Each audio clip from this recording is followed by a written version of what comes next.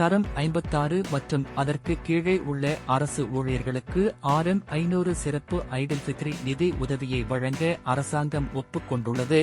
அடுத்த வாரம் பணம் செலுத்தப்படும் என்று பிரதமர் டத்தோ ஸ்ரீ அன்வார் இப்ராஹிம் இன்று அறிவித்தார்.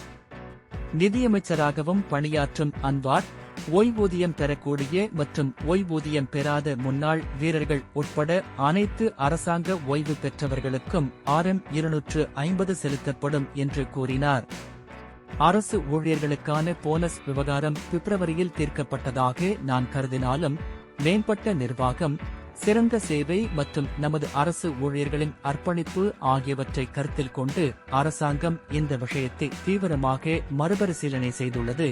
எனவே அடுத்த வாரம் தரம் 56 மற்றும் அதற்கு கீழே உள்ள ஒவ்வொரு அரசு ஊழியருக்கும் RM500 மற்றும் ஓய்வூதியம் பெறக்கூடிய மற்றும் ஓய்வூதியம் பெறாத முன்னாள் வீரர்கள் உட்பட ஓய்வு பெற்றவர்களுக்கு RM250 விநியோகிக்க முடிவு செய்துள்ளேன் என்று அவர் கோலாலம்பூர் துலக விமான நிலையத்தில் உள்ள மஸ்ஜித் சுல்தான் அப்துல் சமாத்தில் வெள்ளிக்கிழமை பிரார்த்தனை செய்த பின்னர் செய்தியாளர்களிடம் கூறினார்.